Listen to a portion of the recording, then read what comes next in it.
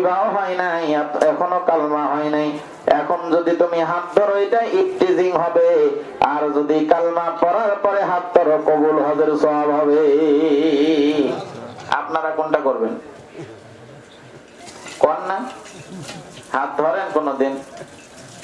এই রাস্তা দিয়েই যাইতে লাগলে দেখবেন একজন সামনে আগায় গেছে, বুড়ি মহিলা, মা আসতে পারতেছে না, দাদা পিছন সামনে থেকে বলতেছে তাড়াতাড়ি আসবি নাকি লাফতি দিয়ে পানি ফেলাই দিব। মানে ধীরে হাঁটতেছে যার কারণে। আবার মহিলা মা যদি শক্তিশালী হয় আর যদি সেই বাবা যদি কমা হয়, তাহলে পিছন থেকে আসতেছে, তখন মায়ের আবার কিন্তু শক্তি বেড়ে যায়, ঠিক না? কিন্তু একটা কথা হলো কি, যেটা হচ্ছে আল্লাহ তাআলা বলেন দুনিয়ার জমিনের ভিতরে যে মানুষগুলো যার কারণে আজকে বৃদ্ধ হয়েছে, যে যৌবনটা যাকে দিয়ে বৃদ্ধ হয়েছে, তাই আজকে বলে তুমি বৃদ্ধ বুড়া। এটা বলে না, তুমি বুড়া হয়ে গেছো, কিন্তু যৌবন তো তাকেই দিছে। মুসলমান ভাইরা আমার, জান্নাতের মধ্যে হযরত আদম আলাইহিস সালামকে টিজিং থেকে আল্লাহ তাআলা বাঁচালেন। আল্লাহ তাআলা বলেন আদম রে কালমা পড়তে হবে। আদম আলাইহিস সালামের সঙ্গে আল্লাহ পাক রব্বুল আলামিন নিজে কাজী হয়ে বিয়া পড়াইয়া দিলেন। মুসলমান ভাইরা আমার, এরপরে যখন গন্ধম ফলের কাছে যাওয়ার কথা নিষেধ করেছিলেন, এরপরেও যখন গিয়েছিলেন, বোঝানোর ক্ষেত্রে আপনাদেরকে আমি বলতেছি, গন্ধম ফলের কাছে গেছে, আল্লাহ তাআলা নিচে নামায়া দিয়েছেন পরীক্ষার জন্য। মুসলমান ভাইরা আমার, যেই কথা বলতেছিলাম, হযরতে আইয়ুব আলাইহিস সালামের স্ত্রী ওই জায়গাতে গুনগুনা আওয়াজ করে কাঁদতেছে আর ডাক দিয়ে বলতেছে, ও আমার প্রাণের স্বামী, ওই কিয়ামতের ময়দানে আল্লাহ পাক কঠিন মুসিবতের সময়, ওই সময়টুকুর মধ্যে আল্লাহ তাআলা যখন আমাকে আসামির কাঠগড়ায় দাঁড় করাবে, তোমাকে আমি আইয়ুব নবীর স্ত্রী বানাইছিলাম, আর তুমি ওই জায়গাতে তোমার নবীর, তোমার স্বামীর খেদমত করা বাদ দিয়া তুমি তোমার ওকে তালাক দিয়ে চলে গেছো। আর ওই সময় যদি হাসরের ময়দানে আমাকে আসামির কাঠগড়ায় আল্লাহ তাআলা ওঠায়, তাহলে আমি ওই জায়গা থেকে ছাড় পাবো না। এ নবী, এই জায়গা থেকে আমি আমার বাবার কাছ থেকে শুনছি, ওই কঠিন মুসিবতের সময় কেউ কারো আপন নয়, ওই কঠিন মুসিবতের সময় কেউ কারো আপন হবে না। বাবা তার সন্তানকে ভুলে যাবে, মা তার সন্তানকে ভুলে যাবে, বোন তার ভাইকে ভুলে যাবে, ভাই আর একজন ভাইকে ভুলে যাবে। একটা নেকির কারণে যখন জাহান্নামে যাবে, ওই বান্দা একটা নেকির কারণে ভাইয়ের কাছে গিয়া বলবে, ভাই দুনিয়াতে থাকা অবস্থাতে কত উপকার তোমার করছি, আজকে একটা নেকির কারণে আমি জাহান্নামের মধ্যে চলে যাই, তুমি কি আমার একটা নেকি দিবা? ডাক দিয়া বলল, না আমি তোমাকে চিনি না, তুমি আমার ভাই নয়। বোনের কাছে যাবে, বোন একই কথা বলবে, তুমি আমার ভাই নয়। বাবার কাছে গিয়া বলবে, বাবা একটা নেকির কারণে জাহান্নামে চলে যাই, ওই একটা নেকি আমারে দেন, আমি একটু জান্নাতে যাই। বাবাও ডাক দিয়া বলবে, এ সন্তান, দুনিয়াতে তো আমি বিবাহ করি নাই, আমার কোনো সন্তানও ছিল না, আমার কোনো স্ত্রীও ছিল না, তুমি অন্যজনের কাছে যাও। মার কাছে যাবে, মা কিরকম আওয়াজ দিবে, আমার কোনো সন্তান ছিল না, আমার বিবাহ হয় নাই।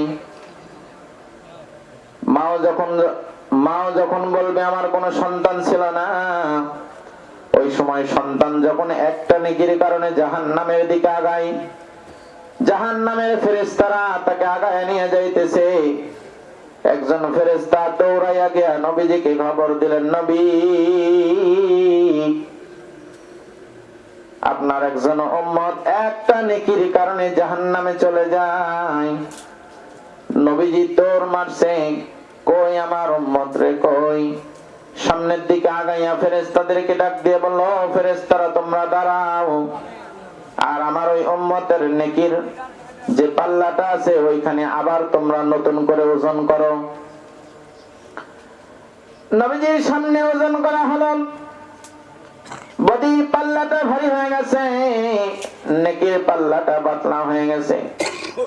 নবীজির রহমতের হাতটা দিয়া ওই পাল্লাতে যখনই নেকির পাল্লাতে হাতটা বলাইয়া দিছে, নবীজির ওই রহমতের হাতের ওসিলাই, নবীজির ওই হাতের ওসিলাই ওই বান্দার যে বদির পাল্লা ভারী ছিল সেই জায়গাতে নেকির পাল্লা ভারী হয়ে গেছে।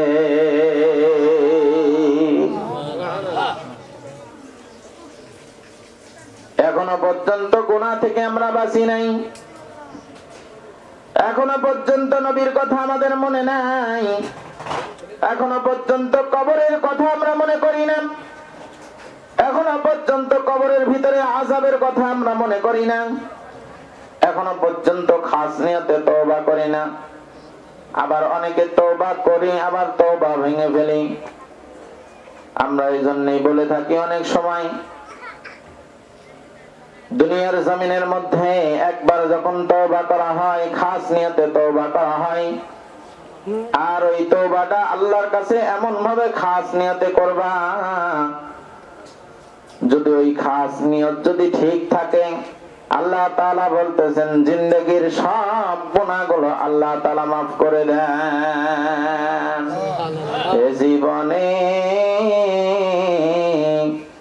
না করিলাম বন্দেগী, গুনাহ করে কাটাইলাম জিন্দেগী, গুনাহ করে কাটাইলাম জিন্দেগী। গুনাহ করছি আর তো গুনাহ করব না, গুনাহ করছি আর তো গুনাহ করব না,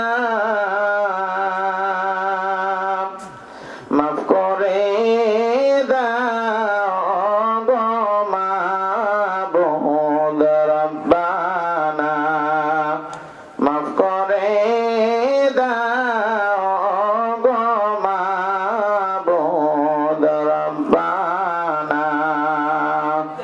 সকলেরই দরজা হইতে ফিরিয়া, সকলেরই দরজা হইতে ফিরিয়া, তোমার দরজায় রইলাম আমি দাঁড়ায়া, তোমার দরজায় রইলাম আমি দাঁড়ায়া। আদর করে আল্লাহ মানুষ বানায়া, আদর করে আল্লাহ মানুষ বানায়া, কেমনে দিবেন জাহান্নামে ফেলে